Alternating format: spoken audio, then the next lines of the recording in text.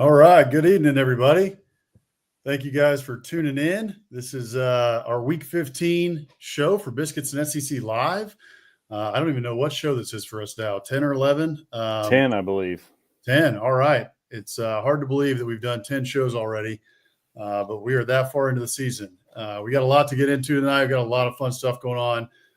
We got Rivalry Week, which was unbelievable. We had multiple incredible games that we're going to get into. We've also got the college football playoff picture. We learned a lot more last night from Wardy Manuel, the head of the college football playoff committee, as to where teams are going to shake out and kind of how they're looking at the playoffs. So we'll get into that a little bit later, as well as National Signing Day, as well as the portal. We had a lot of big entrants enter into the portal, so we'll touch a little bit on that, and then we'll preview the SEC championship game here coming up later this week on Saturday. So, Hammer, how are you doing tonight? Doing great. Excited to talk about the week that was, Rivalry Week, dive in a little bit to the SEC title game, and some of the other storylines around the sport. Thanks for tuning in, everybody. I'm ready to get rolling. Yeah, absolutely. Well, before we do, make sure you can see it below here. Sign up for the Biscuits and SEC newsletter. We write that on Mondays and Fridays. Just keep you updated on everything going on around the SEC. Right now, obviously, we got a bunch of football still going on, so we're keeping you updated on everything going on with the portal, everything going on with recruiting, as well as we got basketball season right now, so we're starting to ramp up the coverage on basketball. It's free, so just go to biscuitssec.com/newsletter. You can sign up right there. Just need your name and email, and we'll get it to you on Mondays and Fridays. You can also check out biscuitsandsec.com. We've got recaps, previews. We got Dave in Tuscaloosa as well, who writes Alabama previews and recaps for us as well. So we got plenty of content up there.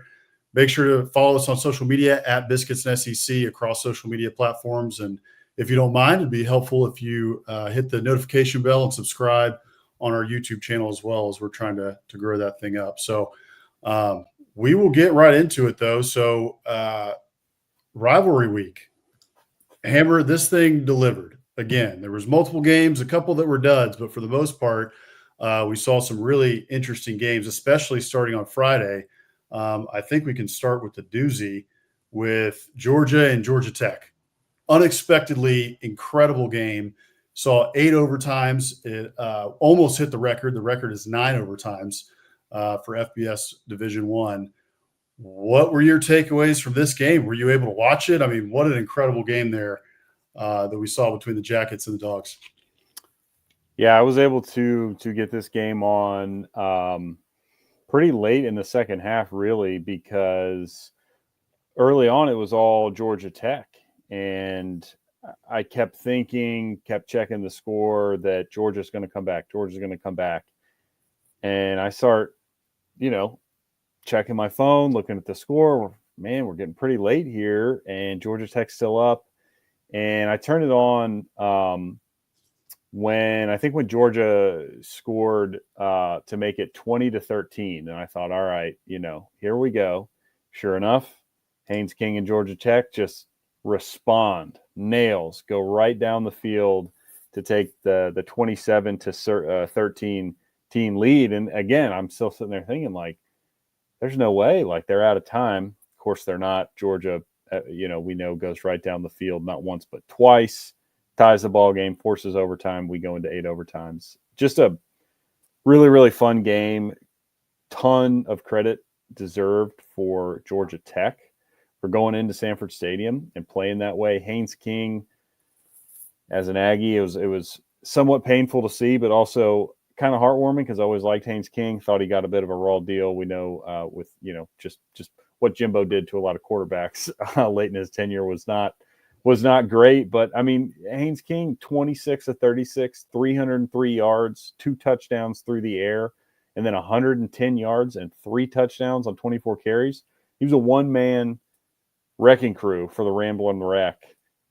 And I hate that they couldn't get it done, even though I know, hey, we're an SEC podcast, but it almost feels like they deserve that win. But ultimately, Georgia got it done in the, coin flip overtime, trading 2-point conversions, which we already talked about that a couple weeks ago, how that's a travesty. But for Georgia, honestly, I don't think you can take anything away from this game, other than, Carson Beck looked good. But the reality is Georgia Tech's a pretty good football team. Shouldn't have been that close, but that's kind of been Georgia all year. I wasn't that, shocked that Georgia Tech gave them a game. And at the end of the day, they got the wins. That's all that matters. They seem to be squarely and securely in the college football playoff, regardless of whether they win this weekend. So if you're Georgia,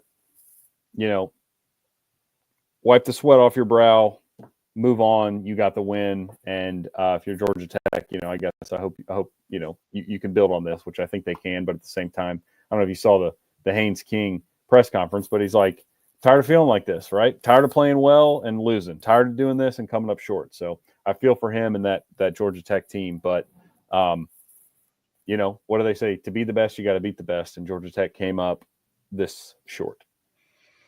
Yeah, I mean, there's a lot for me to take away from this game. I'll keep it brief, but there's about 5 to 10 points I could hit on. At one of them, you mentioned it, the Haynes King press conference, and that's what Aggies loved about him when he was at A&M, was that he was just a warrior. If you remember the game, and I think it was 2022 against Alabama, they're on the road in Tuscaloosa. Haynes King had been injured. He was the backup, and he came in and he played extraordinarily well and had Alabama on the ropes. And Jimbo called an absolutely terrible play call to the boundary side, to the right hash, to the right pylon, and forced Haynes King to make a bad throw there.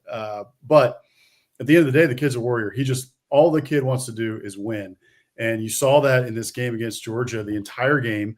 And then you see it in the post-game press conference. He's just deflated and beaten down because he puts it all on the field and still comes up short. And that's kind of been the story of his college career. However, I do think I tweeted out that Haynes King looked like Woody, and Woody from Toy Story's dead on the floor because he laid it all on the field. By the end of that game, I mean, I bet you, he's going to be in the hot tub and in the ice bath for the rest of the week because his jersey was all torn up and he took shots all over the field on Saturday or on Friday.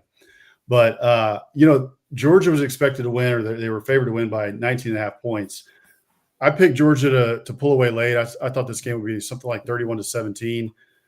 Wasn't at all. Georgia Tech controlled this one 17-0 at halftime, all the way right up to the end. You have to have 2 drives for Georgia right at the end to come back and tie it in order to take it to overtime. So it wasn't unexpected necessarily that Georgia, kind of played around with their food a little bit and let Georgia Tech hang around. I was a little surprised they did it in Athens. However, that, like you said, it's kind of been the story of Georgia this year is that they're not super elite, right? They're a very good team. They got a lot of talent, but they're not super elite. So that was really my takeaway. The other thing I'll say about this too is that, last thing I'll say, I guess, is Brent Key. Brent Key is seriously building something at Georgia Tech. He has got something going on there. He's got the kids bought in, and I don't think Georgia Tech's going anywhere. I think they're going to keep, slowly climbing the standings in the ACC. And I think they might get back to the Paul Johnson years. Hey, it wouldn't be surprised at all to see them in 2 or 3 years break through in the ACC, right? The ACC is not super difficult, I would say, in order to have a breakthrough year. So, hey, 2 to 3 years, you might just see them break through and have a 10 or 11 win season. Yeah, I could see that. You look around the landscape in the ACC, like you said, and not a ton of world beaters out there. Clemson is still very good, but beatable. FSU fell off a cliff. Miami, good, but beatable. I mean, there's an opportunity there for Brent Key and Georgia Tech if they could seize it. One more thing on Georgia before we move on that you kind of mentioned. Georgia is not elite this year. We've known that. We've seen that pretty consistently, in that the only thing Georgia is consistent at in a lot of ways is being pretty inconsistent. However, and Kirby has been beating this drum all season long, and it rang true in this game. Like you mentioned, when they needed 2 drives, I mean, they scored on their last 3, but they were, needed 2 to come back and tie that ball game in regulation. This team's resilient. Yeah. For all the flaws that they have, for all the inconsistencies that they have, they are resilient. They do not give up. Carson Beck was given up on by the fan base, by folks like me, folks like you, saying, is it time to look for somebody else? And he had a heck of a ball game. So in a season where there isn't really an elite team in the entire country, I guess, Oregon's undefeated. So if you're an Oregon Duck fan, A, why are you watching an SEC show? But thanks for being here. But B, and you want to argue that you're elite, that's fine. I'm not gonna, put up a big fight there. But I think it's clear there's not a team that's head and shoulders above the rest of the country. So that opens a door for a team like Georgia with 2 losses, with all the inconsistencies, that, hey, they have the talent, and at their best, they can beat anybody. And even if they're not at their best, they can beat pretty darn good teams because they're going to keep swinging. And that was one of my big takeaways. And I think, that is something that we will see. They're going to pull that card at some point, whether it's this weekend in Atlanta or sometime in the playoff. We're going to see them be down or not playing their best. And everybody's going to know, including that locker room, that we can figure this out, right? We can figure this out. And I think that's a good quality to have in a football team that the Bulldogs possess. That's a great point. They've been resilient, I would say, in previous years. They've had scares before, but this year it seems like that's really had to come out because they have had a lot of scares. They've had losses. They've been on the ropes, 28-0, right, in Tuscaloosa, and then they come back. So they've really needed that, and they've really shown it this year. One little thing I will say on Georgia, got to shout out Dan Jackson, former walk-on linebacker, making huge plays when it matters, gets the sack on Haynes King in the overtime to essentially give Georgia the win. They have to go down and get the 2-point after that. But really awesome game. I still love seeing the walk-on stories, and the kid has played his way into a serious role for the Georgia Bulldogs, which is always cool to see. I hope those don't fully go away as we get more into the NIL era and changing of roster sizes and different things like that. So, all right, we can move on. We're not going to go over every game tonight because we have a lot to get to, and some of these were blowouts. And one of those is Tennessee Vanderbilt. Vanderbilt looked like they were really had Tennessee on the ropes early on, and then Tennessee comes back 24-17 by halftime. Tennessee takes care of business there. Louisville, Kentucky. There probably could be a lot we could talk about there in terms of what the heck is going on in Lexington. Mark Stoops, it's really just gone way downhill, at least this year. But we'll skip over that one. That one was Louisville 41, Kentucky 14, if you missed it. Alabama takes down Auburn 28-14. Solid win for Alabama. Hugh Freeze, Jarquez Hunter just doesn't exist again. We don't understand why. He just refuses to utilize Jarquez Hunter in the manner that you would expect. Sorry, Rick and Bonnie, we're not going to go over that one too much. But Tide get a good win. We'll talk about them a little bit later as we get into the college football playoff rankings and kind of where the college football playoff ranking stands in the playoff bracket. But we do want to get to 3 more games, really. So let's touch on South Carolina and Clemson. Huge win for South Carolina. Shane Beamer gets them to the point of 9-3, which I don't think anybody saw coming at the start of the year. What did you take away from this game? I think just that South Carolina, playoff conversation aside, we can get to that later, and I think their fate is sealed and very clear for all to see in that regard. But that aside, this is a really good football team, and they went into Clemson and Death Valley and got a big win on the road in a hard-fought game. I think going into that, we knew Clemson and Dabo and that team would be ready. They were, and South Carolina just beat them. And I said going into that game, last week I was really excited that rivalry game, matters again, because it hasn't mattered since Spurrier left. And those two, things sort of coincided where Spurrier leaves, South Carolina plummets, Dabo hits his stride at Clemson, and the programs have been on opposite trajectories since then. And Shane Beamer has now taken 2 out of the last 3. He's reinvigorated that rivalry. South Carolina is relevant, and they beat Clemson at Clemson. And Lenora Sellers, ran for 166 yards. I mean, it was just was a good game. Not 17-14. It's not like they lit the scoreboard up, but they did enough to win, and they got a win in a rivalry game on the road. That's very, very commendable, and to get to 9 wins is extremely impressive for Shane Beamer. Yeah, without a doubt. I'm going to toot my own horn here for a second. On SEC After Dark, I remember what I said was that, hey, I'm a little worried here for Clemson in terms of their defense, right? They've got the 10th best rushing defense in the ACC before this week. What does that translate to in the SEC? Not very good. Well, it wasn't very good. South Carolina was only able to muster 17 points out of it, but South Carolina rushed for 267 yards on Clemson. And Lenora Sellers had a huge day too. I mean, I think it was 18 missed tackles that Clemson was unable to take Lenora Sellers down. He had a 30-yard or something around 30 or 40-yard run for a touchdown where he's just weaving through the defense, shedding tacklers like crazy. He had 166 yards on the ground. So he accounted for, I think it was, 166 yards out of 267. So only 100 more yards from the rest of the South Carolina team. Lenora Sellers has 166 and 2 TDs. So this kid just continues to ascend in terms of his play, and he can beat you, a couple different ways. Now, he had a 92.5 QBR here, 13 of 21 for 164 yards. He threw an INT, but he just continues to level up his play week after week. The other thing I took away from this is that South Carolina, it's just impressive the way that they're doing things, the way that they're winning games. They can beat you in a multitude of different ways.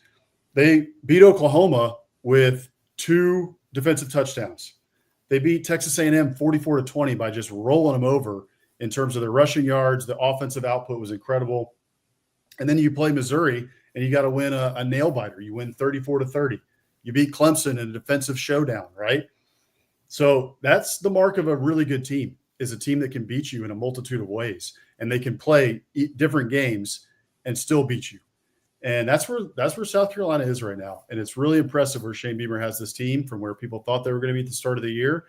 Shane Beamer's on the hot seat.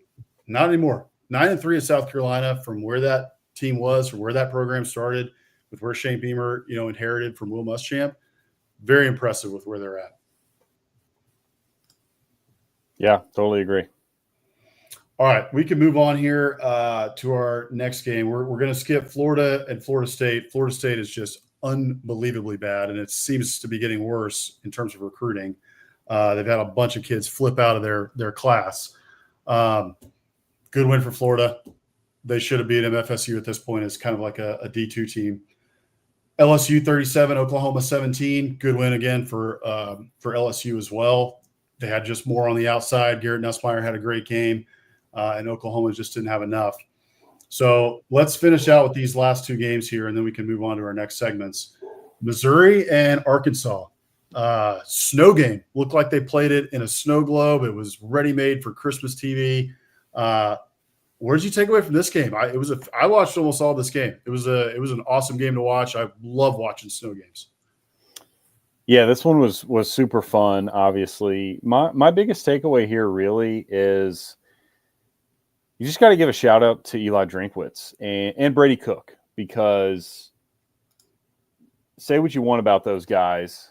Brady Cook has had his struggles. I know the fan base has had their back and forth with him, and Drinkwitz, I find him extremely entertaining, but he is very cocky, and I think he definitely rubs people the wrong way. But this back-to-back years, I mean, they won 10 games last year, and they turn around and win 9 this year. And I know the preseason expectations were higher than a 9-win season. There was a lot of playoff talk. They were preseason top 10. They were in the top 10, I believe, until the first week of October when A&M beat them. But let's just take a step back here, preseason expectations aside, and look at the facts that they've won 19 regular season games in 2 years at Missouri. Extremely impressive. Yeah. Brady Cook battled injuries all throughout this year. We have said on this program many times that Missouri's just not that good of a football team, but they won 9 games. And I think that's really impressive. I think Drink deserves to be commended for that. I think Brady Cook, for all of his, whatever limitations or his lack of, NFL caliber talent, He's a good college quarterback. He's tough as hell. Mm-hmm. And he showed it again. I mean, that 30-yard run when they're down a point, they need a score. Brady Cook takes them down the field, runs the ball in for a touchdown. So very good year, and I think very good win for Missouri to close out another good year under Drinkwitz. Yeah, I agree. I'll eat crow. I've been dogging on Missouri even since before the A&M game. I mean, we started to see the cracks with the Boston College game. There was a couple games there early in the year where it was kind of like, okay, I don't know if this team is as good as they might have, been drummed up to be, especially with, I forget exactly what the number was, but it was something like 70 or 80% of their returning production, especially on offense. On defense, they lost a decent amount. They lost 4 or 5 guys that were, a couple in the secondary, one on the defensive line that made it difficult. And that showed up a couple times this year. It showed up in the A&M game, showed up in the Alabama game when Alabama routed them. But I've been dogging them, and I keep saying, hey, this is not a good football team. They're not very good. And yeah, here they are. They're 9-3. So just win, baby. Now they could have dropped one to Oklahoma, but they don't. They get the win in the end of the day. And by the way, that was with Drew Pine. That was with their backup quarterback. So he's just getting it done up there in Columbia. So you gotta tip your cap to him. Respect the Drink. He's making me eat my words. On the other side, I want to touch on Arkansas. First of all, I hope Landon Jackson's okay. I was watching that when that play happened. Seems like he's okay. He's out of the hospital. He was with the team after the game in the locker room. I haven't heard any update on that since, but he's a first or second round pick. I mean, the kid's played a really, really solid year for Arkansas. So really hope he's okay. After that, I'm with you, Hogs fans. I understand your frustrations. I mean, I love Sam Pittman. He's one of those guys to me is a fit, right? Ed Orgeron was just a fit at LSU. I thought Jimbo Fisher was a fit at Texas A&M, at least in terms of personality and the way they conduct themselves. And they really just fit in with a place. I think Sam Pittman is that way at Arkansas. So you really want to see him succeed in that place. And I know Hogs fans want to see him succeed as well, but at this point, it really feels like their patience is worn out and their patience is worn thin. And I understand why. And again, in this game, you've got to lead late in the game. You have led Missouri most of the game, and it ends up being turnovers once again. Shoot yourself in the foot. That ends up being their demise. That turned into 14 points for Missouri. That's the game right there. So I don't know what the answer is in Fayetteville for the Hogs. It looks like Sam Pittman's going to get another year. We'll see. I don't expect much else from the Hogs to be much better than 6-6 next year. But anyway, fun game to watch. Love that rivalry. I would love to see it get even spicier for the Battle Line rivalry. But again, great season for Mizzou. All right, finally, let's recap the big game that everybody was talking about leading into this one. A lot of hype for A&M versus Texas. We got a lot of horns in here, which I love to see. So what'd you think? You got 2 Aggies here. It's a little tough.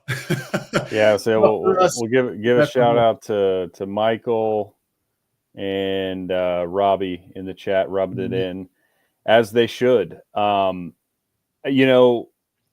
I think as an Aggie, we're both Aggies. This was an insanely tough pill to swallow. All the build up, 13 years, it's in Kyle Field, winner goes to Atlanta. And that's the effort that, A&M gave. And I know earlier this year on this program, I believe when Georgia went to DKR and beat Texas, I said Texas got punked. Same thing just happened to A&M. So I'm going to eat crow here and say that A&M got punked.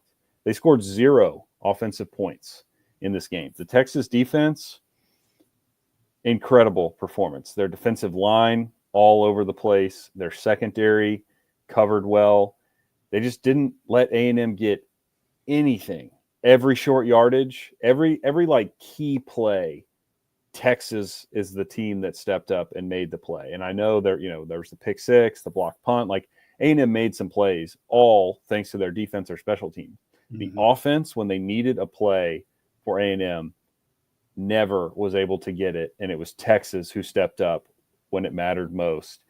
And I think to take this a little bit, further, because we could break down this game all we want to, but the reality is Texas was more physical. Texas, to me, looked, more prepared or more maybe just like ready for the moment. I don't think A&M was unprepared, but Texas was ready, focused. The environment did not faze them. The moment did not faze them. They were ready to handle their business and go to Atlanta. And that's an awesome mentality to carry as a team. I think what Sark has done there is fantastic. And I think that carries over to my next point of like to get out of the actual game for a little bit, because it was kind of boring, and just take this more big picture.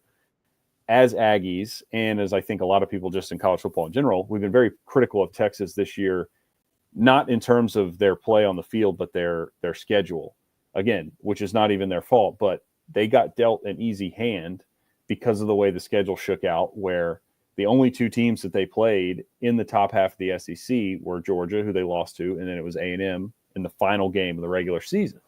So we've been critical on the show, but I want to give them credit there because they answered the bell every weekend, with the exception of, I guess the Georgia game. But every single time, regardless of who the opponent was and regardless of how it looked, similar to what we said about Mizzou, like they got the win. And you look around, you pull your head up out of the kind of SEC bubble, or even the Texas bubble, like the state of Texas bubble that we kind of traffic in.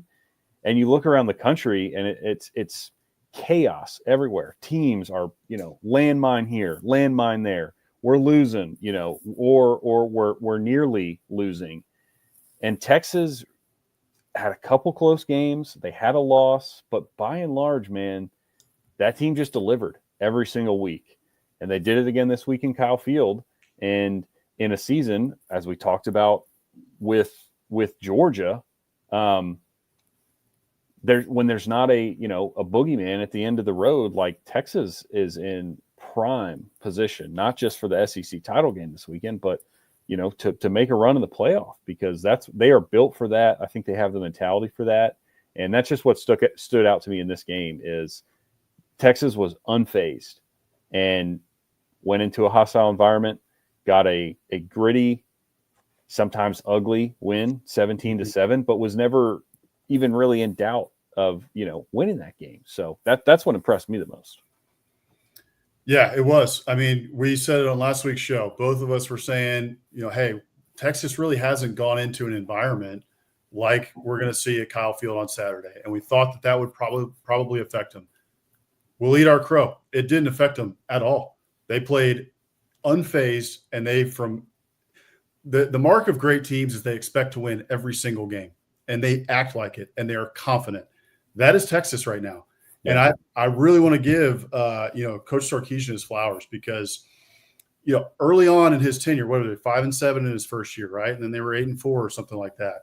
And now here you are, and Sarkisian had them in the playoffs last year. And now they walked into the SEC totally unfazed. And they, except for Georgia, whipped up on everybody, including their arch rival A&M.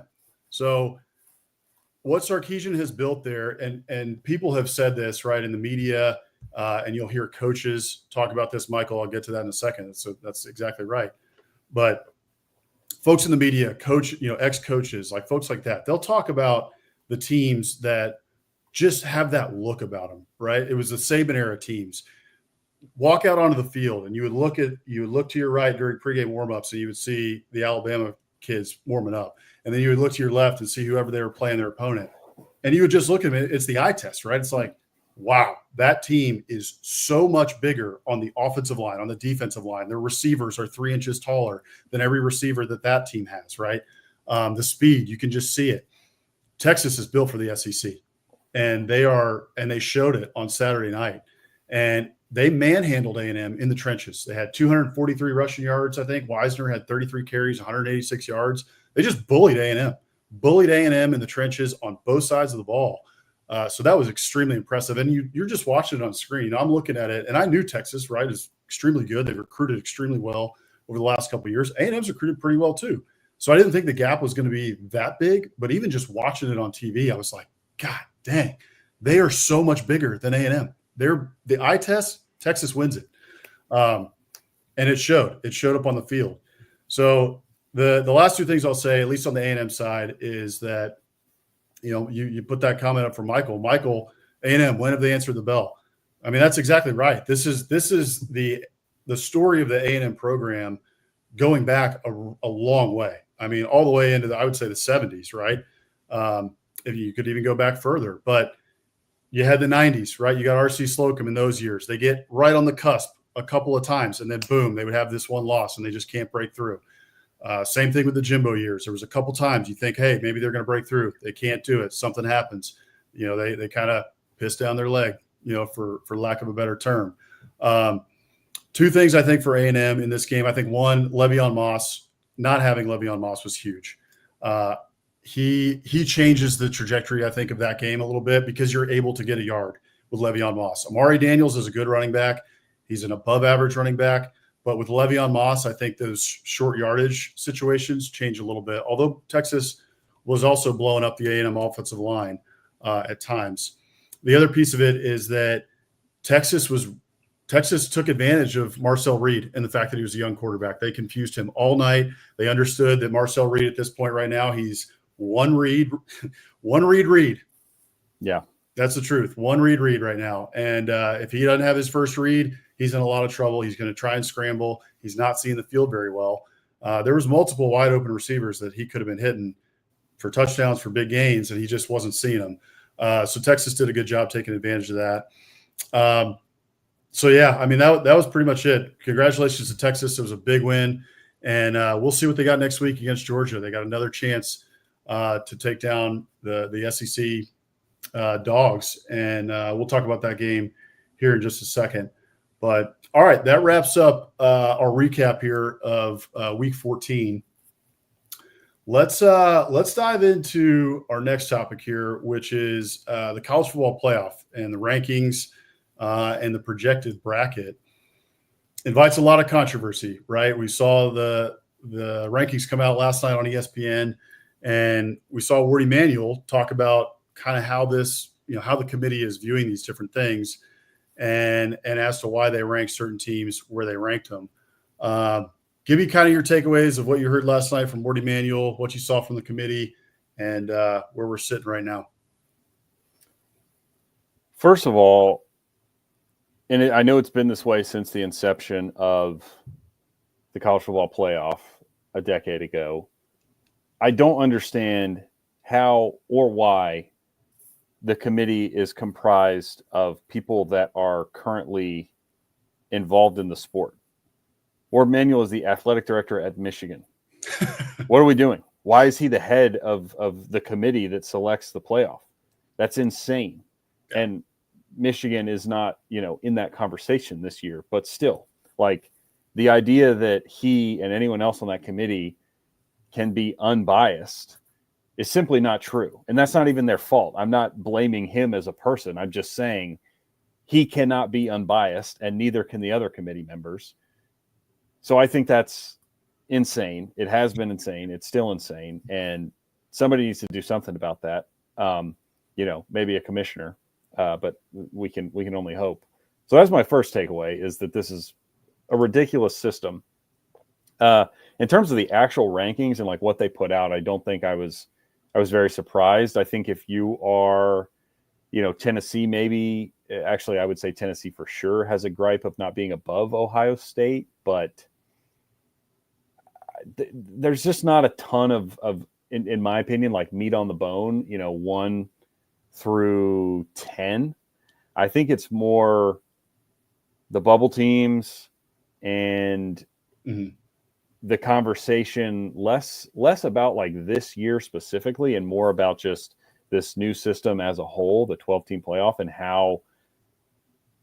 what it's going to look like moving forward potentially, but even just like how it impacts the sport moving forward. Because you and I had talked about this a couple of weeks ago in the fact that the committee, very, very, right or wrong, you can have an opinion on it, but they are valuing the loss column for the most part above, whatever other metric you want to use, right? Strengths of schedule, quality of win, etc.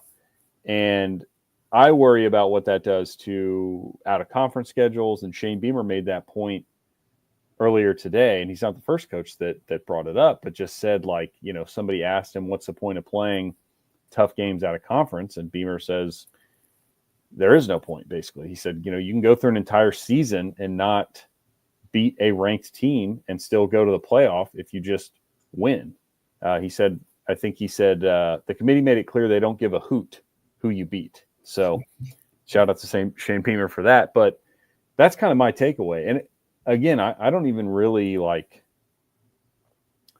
I don't even necessarily care that is the system.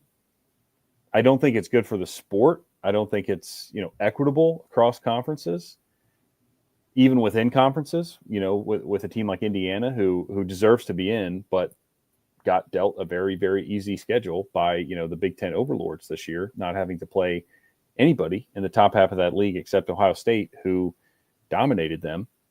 But there's just no, coming into a season, nobody knows what the criteria is, right? And so I think that's what we're trying to learn here. And I think we'll probably see teams schedule less out-of-conference games because you don't get rewarded for it at the end of the day. I don't know. What do you think about it? We can get more into bubble talk if you want, but I think it's pretty clear. Bama is in if SMU wins. If SMU loses and Clemson steals that spot, I don't think Bama gets in. And then I think everything else is kind of set. Yeah, it seems like it. And Ward Emanuel last night also said that no team that – so if you were playing, I believe it was in a conference championship, nothing else will really change. So the only thing that could change is the at-large bid from Clemson, right, getting in. Other than that, it's not going to – nothing above is going to change, right? And then, so they're not counting a loss, right, against you in your conference championship game, essentially. Right. So, yeah, I don't know. I mean, I think there's a lot of ways we could go with this. I think one is Reese Davis was talking about it last night, and he was saying that we need to do away with this nonsense of the auto bids and the way that they shake out. It just needs to be who's ranked 1 through 12, and at the end of the day, those are the rankings, right? Auto bids for the conference champs. If you're a conference champ, okay, you get in, but not necessarily that, okay, just automatically because you're a conference champ, you get a bye. It is crazy, and I understand why there are folks who are out there who are saying, how on earth can you give Boise State a bye when you've got these other teams who have played these way, way, way, way tougher schedules than Boise State, and Boise State gets a bye just because they won the Mountain West or whatever the hell they're in, nowadays? I don't even know what they're in, to be honest. Maybe it is the Mountain West. It is the Mountain West, yes. Okay, still the Mountain West. Well, good for them. I mean, I'm not dogging on Boise State. I think they're a good team, but do I think that they're better than Alabama? Do I think they're better than Tennessee? No. In fact, I think probably one of those teams, whoever might get them, could boat race them. So Reese Davis made the point. He's we need to do away with that. And I agree with him. I think it's ridiculous that we have these auto bids that end up stacking up like this, where the auto bid just means you get a bye, essentially. Right. Well, I think the reality is, when they set this up, they never anticipated a group of 5 team being in a position to get a bye, because they assumed that the highest ranked, Power 4 conference champion, or excuse me, not Power 4, the highest ranked conference champions, the 4 highest ranked conference champions to get a bye would always be out of the power conferences. And this year, that's proving to not be the case, because Boise State is up there at 10. Meanwhile, Clemson, who could win and earn a spot, not necessarily a bye, but could earn a spot in the playoff, is ranked at 17. And Arizona State and Iowa State, playing for the Big 12 title, are ranked at 15th and 16th. So one of those teams is going. And the question is, if they win, are they going to leapfrog Boise? I guess based on a win against their conference championship opponent, ranked either 15th or 16th. And I don't think they will, because Boise's playing UNLV, who's currently ranked 20th. So if Boise is, 5 spots ahead of Arizona State, how could you jump Arizona State, leapfrog them when they both are playing ranked teams this weekend? So it's not happening. Yeah. It's not going to happen. And the fact that it's not going to happen, well, let's just right. You can see it while you're talking. Yeah. Yeah. So the fact that it's not going to happen really creates a conundrum here, because the powers that be, meaning SEC, ACC, Big 10, Big 12, are going to throw a fit, and they're not going to agree to this format moving forward, because exactly what you said, they don't want to give a team like Boise, deserving or not. I'm not even going to argue whether they are or not. I don't think they are, but if you do, that's fine. Deserving or not, those power conferences do not believe that they are deserving of a bye, and are not going to agree to a format, I don't think, moving forward, that would allow a team like Boise to get a bye. Yeah, I think that's a good point. I mean, I think it's the other, you brought up an interesting point off air too, when we were talking about it. Like, after looking at this and hearing what Shane Beamer and others are saying, and just kind of, seeing the writing on the wall from what the committee's saying, they're really just looking at wins and losses. They're not weighing, how tough your schedule is really. They're not weighing, the good loss versus a bad loss necessarily. A lot of it's really just like, how many losses do you have? And that's why Indiana's still up here at number 9, right? Like over Alabama, over a Miami, over a Mississippi, over a South Carolina. So if that's the case, why would the SEC go to a 9-team schedule in conference? And, I thought it was a really good point you made. Like, to me, my point was, the only way that makes sense at this point is for the economic impact for each town and city in the SEC, because an SEC game versus playing a Bowling Green or a Toledo or whoever from the group of 5 in that slot, you're not going to sell as many tickets. The economic impact is not going to be as good. However, if you're playing an SEC game, the economic impact is really serious. But if the point is to make the playoffs and get as many teams into the playoffs as you can as a conference, why would you play another very difficult game and add an SEC conference opponent and one more SEC conference game if it could be used against you later when the committee's looking at it down the road? So I don't know. That'll be interesting to see how that plays out in later years as they try to figure it out. But all right, we are running late, so we're gonna continue to move. Let's touch a little bit here. There's been a ton of flurry around National Signing Day, the portal, lots going on, lots to take away. Has there been anything in terms of National Signing Day really that was on your mind? Any big winners, big losers that you saw? To be honest with you, especially with the transfer portal being what it is, and NIL, I think, contributing to how recruiting is done nowadays, I tend not to pay too much attention to recruiting really until today. Of course, I do for A&M, but across the sport more broad, I don't. Just because there's a million flips, and then these kids, half of them will be in the portal again next year. So I don't have a ton of like, oh, can you believe that so-and-so flipped? I think probably the biggest domino on that, topic was Bryce Underwood that happened a couple weeks back.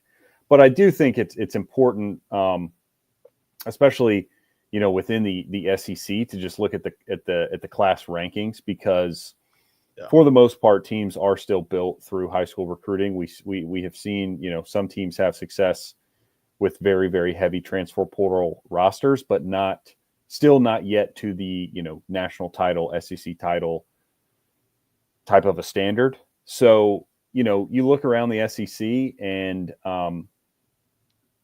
Texas, number 1 class in the country right now. So got to give them their flowers again. Sark is rolling. They were not number 1 leading up to this. They had a big day today. But beyond Texas, of course, Alabama's in there at number 2. I think that's a good sign if you're a Bama fan that Kalen DeBoer is continuing the recruiting excellence that Saban left behind. That standard is very high. He appears up to the task so far in year 1. Georgia is sitting at 3, no surprise. A couple Big Ten schools, Oregon 4, Ohio State 5. Auburn is at 6. I think that's good considering what Hugh Freeze has actually delivered on the field. They were higher up earlier on in the cycle, had some flips, no surprise given the results on the field. So if you're Auburn, I think you're pretty thrilled with a number 6 class right now. Michigan comes in at 7, LSU at 8, A&M at 9, Tennessee at 10, and Florida sneaks in at 11. Which I think is notable as far down as they were before, like 3 weeks ago when they got on a hot streak. So, yeah, that's kind of my takeaway is, as usual, the top 10 is littered with SEC teams. And, that's a big reason why we and most of, the college football world, with the exception of those that root for other teams that are not in the SEC, think and believe that the SEC is a superior conference because, okay, great, Georgia, you got the 3rd best recruiting class. Guess what? 2 teams in your conference are better. A&M, you had a top 10 class. That's awesome. Number 9, guess what? 1, 2, 3, 4, 5 teams in your conference had a better class than you. So that's kind of my takeaway. And one more thing I do think is worth pointing out. The overall class, I don't know how much you pay attention to that year over year, the points that 247 divvies out. Mm-hmm. It's a little more evenly distributed this year. So Texas has the number 1 class at 306 in terms of overall points. If you look back in years gone by, that is a little bit lower than number 1 classes in the past. Georgia was 317 last year. I think A&M in their big, 2022 class was at like 330 or something. Alabama last year was at 328. So that's not to knock Texas at all for being the number 1 class. I think we're just seeing with NIL, there's a little bit more of an even distribution of talent coming out of high school. Yeah, I can see that. That makes sense. That was one thing I wanted to touch on is Tennessee has a top 10 class nationally. That's good for the 7th best class in the SEC. It just means more, baby. It is tough recruiting in the SEC. And that's not even saying Tennessee has a bad class, right? Top 10 class. They got a 5-star and 15 4-stars. Like Josh Heupel's recruiting his tail off. It's a great class. But you got A&M ahead of you. You got LSU ahead of you at number 8. Auburn up there at number 6. That was one other thing I wanted to touch on is Auburn. They hold on to Deuce Knight. There was some talk, some flurry that he might be flipping, but instead they hang on to him, which is a huge get for Hugh Freeze. So big recruiting win there. The last thing I wanted to touch on was just a couple names in the portal, right? There's some big names that entered the portal, particularly 2 quarterbacks that we should touch on. One, Connor Weigman from Texas A&M, and the other one, Jackson Arnold from Oklahoma. Both of them former 5-stars. I'm a little surprised to see Jackson Arnold in there, although the way that they treated him early in the season, they never should have benched him. And it seems like there probably was some hangover from that decision early in the year. Now Oklahoma kind of going to be scrambling at quarterback, it looks like. But it'll be interesting to see where both of those guys land. I think Connor Weigman still has a lot in the tank. It just didn't work out for him. Didn't mesh really with Colin Klein. Seemed like he had some hangover, in terms of mentally from the injury that he sustained in his sophomore year. So I think he could really flourish somewhere else. Maybe he goes to Louisville, somewhere like that, gets a fresh start. I think he's still got a lot there. And then same with Jackson Arnold. Jackson Arnold's still a supremely talented kid. So we'll see where he ends up as well. But we'll keep an eye on the portal. There was a couple others, I think a 5-star or former 5-star defensive lineman from LSU entered the portal as well. So a lot that happened in the last few days, and there's going to be a lot more coming. I'm sure some names that we're going to be surprised to see going into the portal as well. So, all right, let's touch on the SEC title game here. SEC Heavyweights now, Texas and Georgia coming up on Saturday. What are you looking for in this game? It should be a lot of fun there in Atlanta. Yeah, it really should be. And again, it pains me to say this as an Aggie, but got to give Texas their flowers for first year in the SEC. They are in Atlanta. Yeah. And that is schedule aside, like I said before, everything aside, just get out of your little bubble and look at this from 10,000 foot view. Like, insanely impressive to get to the SEC title game in their first year in the conference. I heard somebody talking about this the other day, not to drag Oklahoma through the mud, but Texas and Oklahoma both had whatever it was, 3 seasons or basically two full seasons, a third, to prepare for coming to the SEC. Texas did that. They are big in the trenches. They win up front. Their defense is stout. And they're going to the title game. Oklahoma, terrible offensive line, not a very good defensive, decent defensive line, but just they went in opposite directions in terms of being ready to play in this conference. And it's kind of what I'm looking for in this game, because when these teams met in the regular season, Georgia dominated Texas in the trenches. The only team that's been able to do that to Texas so far. I'm very curious to see if they can do it again, because I trust Sark as a play caller and just as a schematic offensive mind to be prepared better than he was the first time and be prepared for whatever Georgia did to him last time, right? So it's like it's a chess game where I think Texas is going to have a good plan, and it's going to depend on what Georgia is able to do to combat those adjustments that Sark is going to make. And I don't know what those will be. I mean, look, we saw in the A&M game, Arch Manning packages for the first time.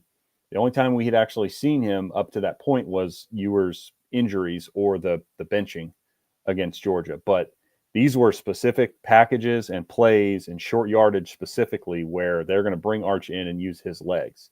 So I'm interested to see if they do that in this game. And I just think, like most games, especially in the SEC, this game's going to be won in the trenches. If Texas can do, what they did to A&M a week ago, they will win. If Georgia can do what they did to Texas earlier in the year, they will win.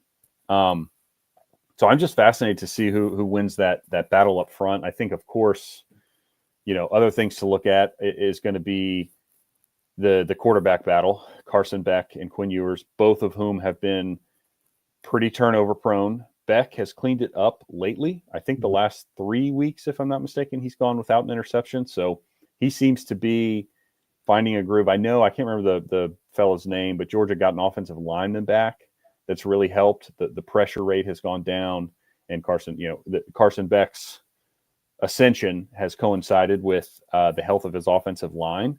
So if he's given time, I think they will be able to score on Texas, at least, get into the 20s. And then again, it's a matter of how does that Georgia front, handle Texas, and do they win that battle again?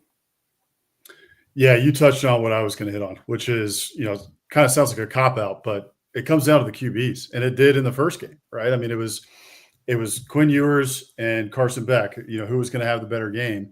Carson Beck threw 3 interceptions, I think, in that game, if I'm not mistaken. Yeah, 3. Georgia ended up winning 30-15 just because they outmanned Texas on the defensive side of the ball and were in their face all night. But Quinn Ewers threw 2 picks in that game. Is that right? Texas had 2 turnovers. I know that. He did throw 1. Yeah, and he fumbled, I think. It was a litany of errors. It was a mess. Yeah, especially in that first half. So to me, that's huge, right? It just comes down to those two. Who can play better. I'm also interested to see, like you said, the Arch Manning packages. I could absolutely see Texas having Arch Manning packages, considering what we saw last week with Haynes King. I mean, Haynes King, ran all over Georgia. And also, but the thing about that is that it's a little bit different, right? Because Haynes King, although he's not the best passer in the world, you still have to respect his arm. And he played pretty well against Georgia and throwing the ball through the air. And so they had to respect that. I don't know if you respect that as much with Arch, right? I know he can throw the ball. I'm not saying he can't. He's a supreme talent as a quarterback, but he's coming in there to run. Like we all know what he's coming in there to do, at least right now. That's where he's at in his development. That's what Texas is using him for.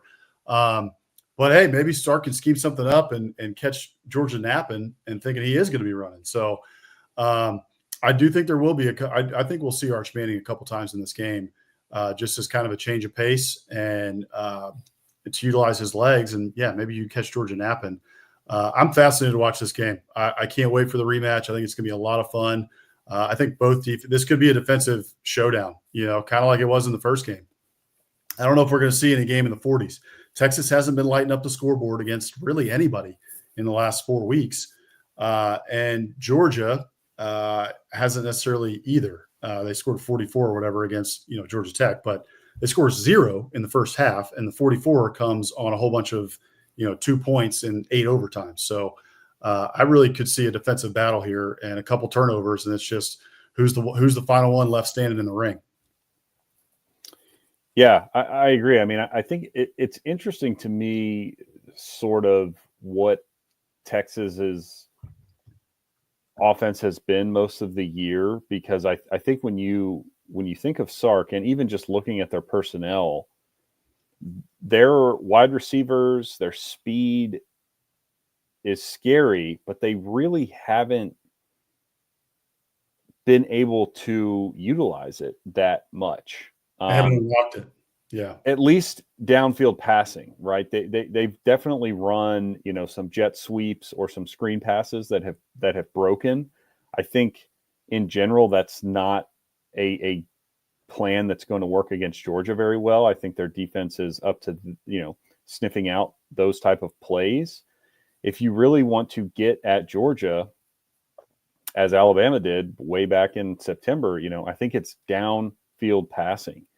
And for whatever reason, I don't know if it's Quinn Ewers. I don't know if it's Sark and just the way that he is, calling the offense, which obviously is not bad. I mean, Texas has a very good offense. I'm not criticizing it. I'm just saying the downfield passing game has not been there. And I think they're going to need some of that in this game because, it wasn't there the first time they played and they got beat pretty bad. And I don't think, especially with Kelvin Banks' status being up in the air, I don't think Texas is going to be able to run the ball the way that they have been lately with Wisner, who, shout out to Wisner, an unheralded back comes into the season third string, and the guy's just bowling over people, refuses to go down. So I think he will be somewhat effective in this game. I just don't see 150, even 120 yard, performance out of him. And so I think Texas is going to have to be able to push the ball downfield, which we've seen at times. Again, it's just not been a consistent thing, especially this year. And, I think they're going to need that in this game, to get Georgia on their heels a little bit and make them defend the full field as opposed to just like 10 yards and in. I mean, Gunnar Helm is Texas' leading receiver, and that's not a knock on him. He's a phenomenal tight end, but what that says to me is they're not pushing the ball downfield. Gunnar Helm is a safety blanket who runs 5, 10, 15-yard routes, and they do a great job of hitting him, especially on third down. He's a absolute, chain mover. But again, it goes back to my point. They're not pushing the ball downfield.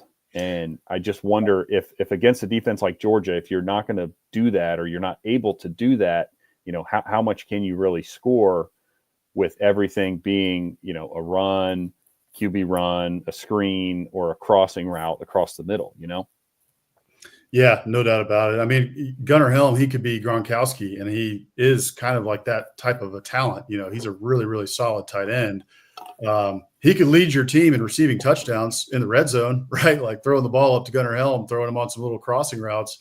But it's surprising that he is their yardage leader, knowing how many weapons they have. on the outside. So yeah, anyway, it should be a fascinating game. We'll make our picks on SEC After Dark coming up here at 9:00 Eastern. So be sure to tune into that as well. And then before we get to our last two segments here, we're looking for sponsors of the show. So if you're in the SEC footprint and want to sponsor the show, we have a pretty good following at this point. So we would love to have you sponsor the show. So if you would like to, you can email us, contact@biscuitsandsec.com. You can also shoot us a DM on Twitter or on Instagram @biscuitsandsec. We'd love to work with you guys. So reach out if you are interested in sponsoring the show. All right. Our last two segments here, we got these every single week. The Muschamp Coach of the Week here. We had a couple this week. There wasn't too many nominees, but the one inside the conference, we had one inside the conference last week, was Kenny Dillingham. He almost could have won it again this week for his halftime speech as they were beating down Arizona.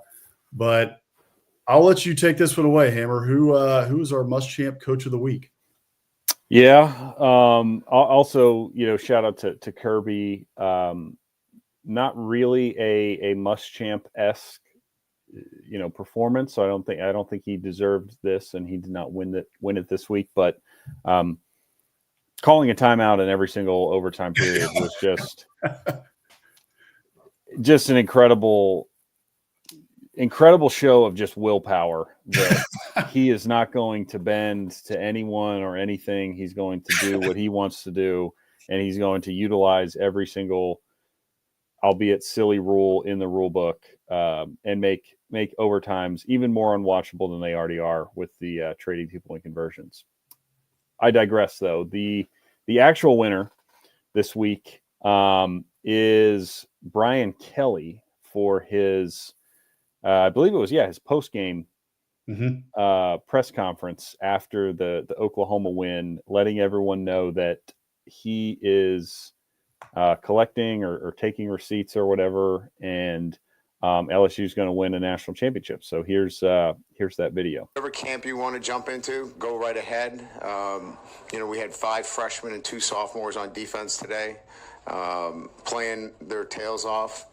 So, again, we're taking receipts, and we'll see you at the national championship. Okay. We'll see you at the national championship. I guess it cut off, but he said we're taking receipts and we'll see you all at the national championship. So, look, that's the kind of confidence that the Will Muschamp Coach of the Week needs to possess, and Brian Kelly is not short on confidence. So, I guess if you're an LSU fan, you like to hear that. I think the rest of the conference is kind of looking at him with one eyebrow raised, like, oh, national championship, okay. But he's confident. And he's always good for a soundbite in a press conference, win or lose. I will give Kelly that. He's entertaining, to say the least, especially since he's not the coach of the team that I root for. I mean, hey, LSU, I don't know what they were, 7-5 or 8-4 the year before. 8-4 the year before. Well, this year they were 8-4. But yeah. Pre-2019, I think they had a so-so ho-hum year, 7-5 or 8-4. And then 2019 rolls around, and Ed Orgeron, and who was the passing coordinator that everybody loved? Joe Brady. Took him to the national championship, and they absolutely rolled everybody with Joe Burrow. So maybe that's the LSU Tigers next year. We'll see. But, yeah, I thought interesting comments. I love the confidence. That's why he won the Muschamp Coach of the Week, because that is the bravado and the confidence that we would expect from somebody like Will Muschamp. So, congratulations, Brian Kelly, his first win, the first trophy in his trophy case before the national championship next year. So congratulations to Brian Kelly. All right, our final segment here is our Biscuit of the Week, which we do every week. If you got a Biscuit of the Week, local diner, you made some homemade biscuits, we want to see it. So DM us your biscuits. You can DM us on Instagram @BiscuitsSEC, on Twitter, same handle. So this week, though, I'm always scouring the internet for the best biscuit, scouring my hometown for the best biscuit. So this week I was kind of searching around and seeing some stuff within the SEC footprint, and I found one that's actually super famous to Alabama fans. Rick and Bonnie might be well aware of this place, but this is Waysider Restaurant in Tuscaloosa. It's off of Greensboro Avenue. It's on Greensboro Avenue and just off of 15th Street. But you can see those biscuits right there. They look unbelievable. Melt in your mouth. You got just the right touch of burned on the top. I don't even know if burned. Golden. Golden's the right way to put it. You can see there on the right as well. That is Terry and Arnold. That's Jalen Milroe and Caleb Downs last year before the Rose Bowl. They used to go to Waysider. Those three guys would go to Waysider on Fridays before every game in 2023. And so they became friends with the owner. And when they went to the Rose Bowl, she actually sent out biscuits to the Rose Bowl so that they could have their Waysider restaurant biscuits and their Waysider restaurant breakfast of champions, which is what they are well known for there at Waysider. And so that fantastic move by the owner there to send that out to those guys. And I cannot wait to have those biscuits the next time I am in Tuscaloosa. They're actually also well known. They've been there since 1951 is when they opened. They've changed owners a couple times now, but it was the favorite breakfast place of Bear Bryant. So they have a table in the front. It's like a shrine to Bear Bryant. Got some great Alabama Tide memorabilia there. And they've had a bunch of famous folks like Bobby Knight, Todd Blackledge, Barty Smith, and Ryan McGee go there. And Ryan McGee actually said their country ham is off the charts. So next time I'm in Tuscaloosa, that is absolutely my plan, is to check out Waysider Restaurant. Yeah, that looks amazing. And I'm a massive fan of country ham. The saltier, the better. So dump a bunch of salt on it, and I'm a happy camper. Without a doubt. We have some Virginia roots there for folks watching. We've got some Virginia roots, and so Virginia country ham, we absolutely love that, especially on a biscuit. And so we're glad that Waysider Restaurant makes some good country ham. So we'll be sure to visit there next time we are in Tuscaloosa. All right, that will do it for us tonight. For Hammer, I am Bossman. Thank you guys for tuning in. Had 170 of you guys watching tonight, so we really appreciate you guys checking us out. You can check us out on social media, Twitter, Facebook, Instagram at Biscuits and SEC, and also make sure to sign up for sign up for our newsletter, biscuitsandsec.com/newsletter. That comes to your inbox every Monday and Friday. Keep you up to date on all the latest goings on around the SEC.